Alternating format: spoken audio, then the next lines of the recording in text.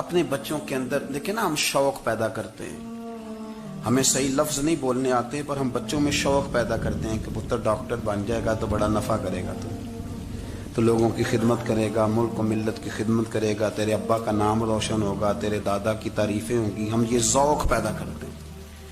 ہم اپنے نوجوانوں کے اندر یہ فکر پیدا کرتے ہیں، انہیں ہم سمجھاتے ہیں کہ میاں جب تم پڑھو گے، محنت کرو گے تو فلاں آدمی کی طرح تمہارا نام ہوگا.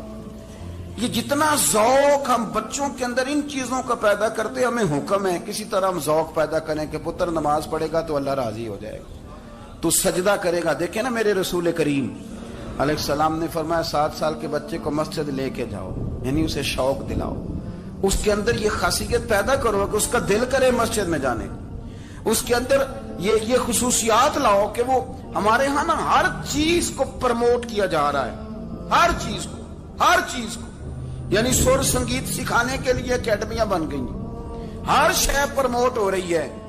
عبادت کا جذبہ کم ہوتا جا رہا ہے، اللہ کا ذوق ہمارے اندر نہیں رہا.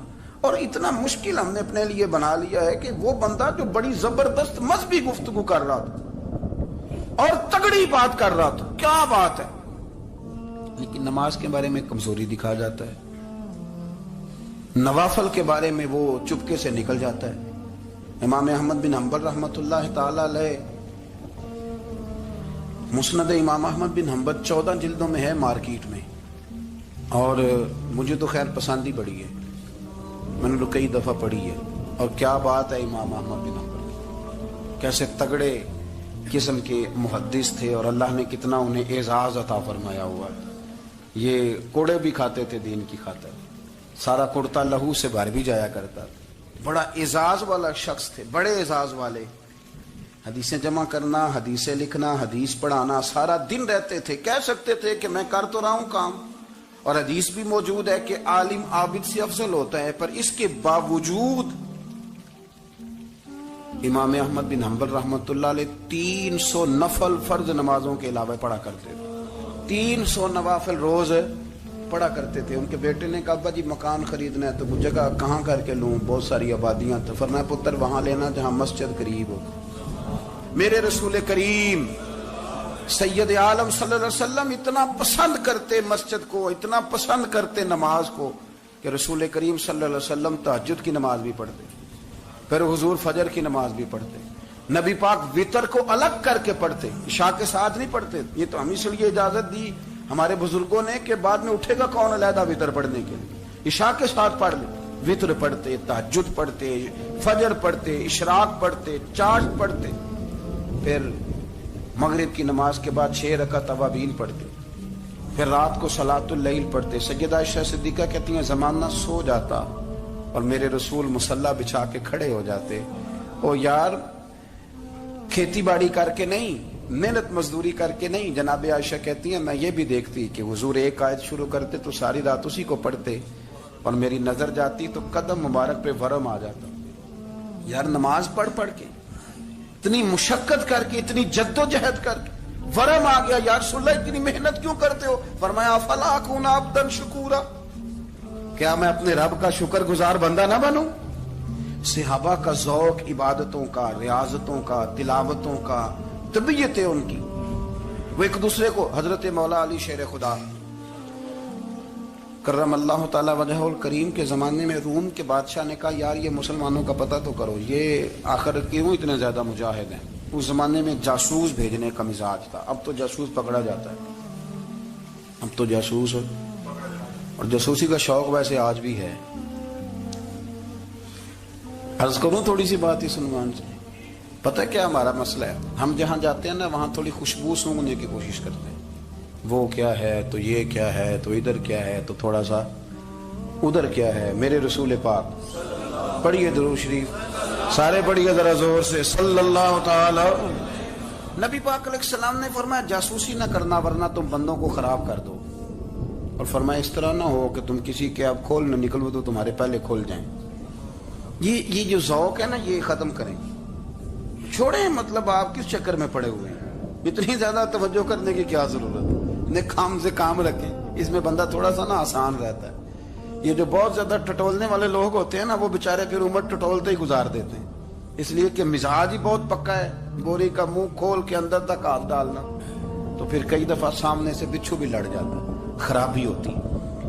تو جاسوسی کی جاتی تھی، اس نے بھی جاسوس بھیجے، کیونکہ قبیلوں کے لوگ تھے، کچھ مسلم کچھ کافر، پہچانے نہیں جاتے تھے لوگ، تو کچھ لوگ اس نے بھیجے، انہوں نے آ کے نا تحقیق کی،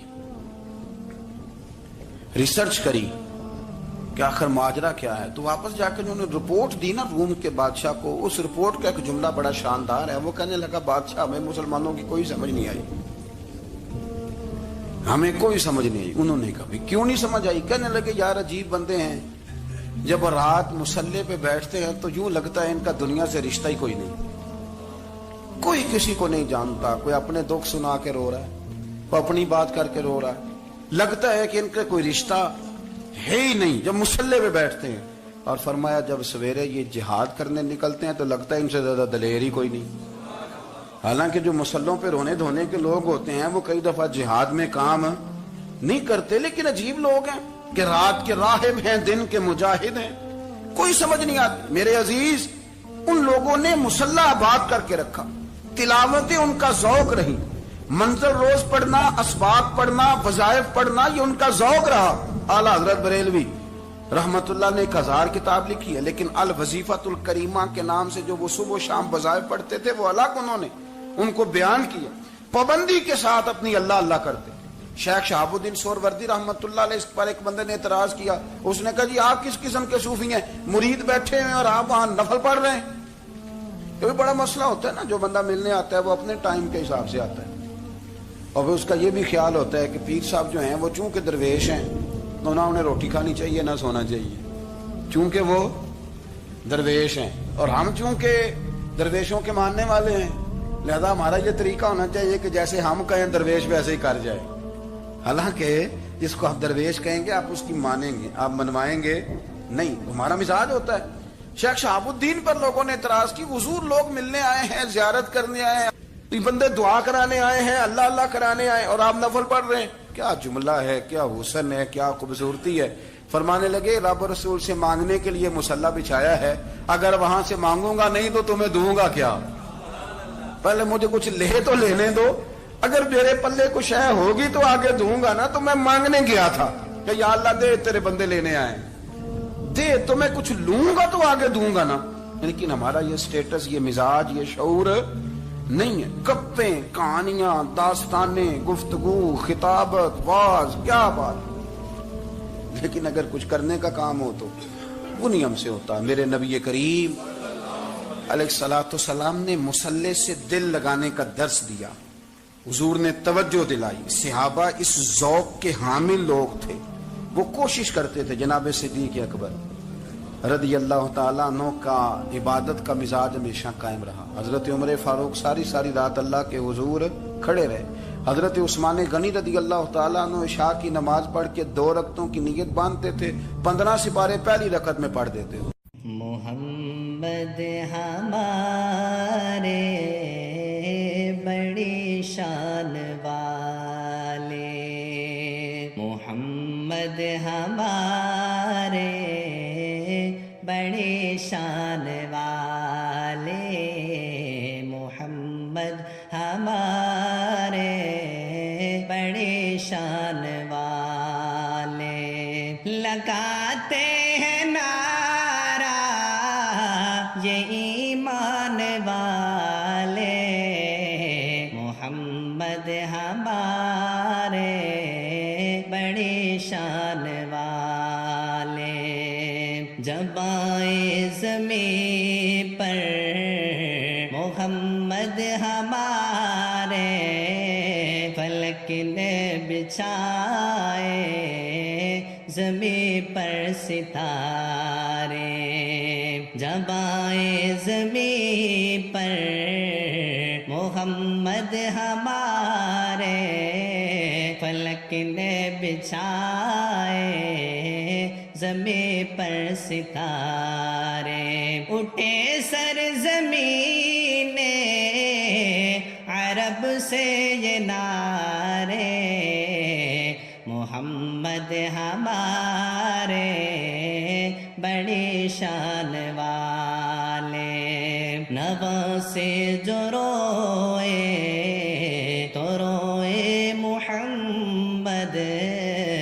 جب تک نہ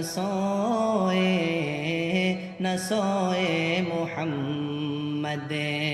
دعا کے تھی ان کی وہ دونوں دلارے، محمد ہمارے بڑی شان والے، محمد ہمارے بڑی شان والے. لگاتے ہیں نعرہ یہ ایمان والے، محمد ہمارے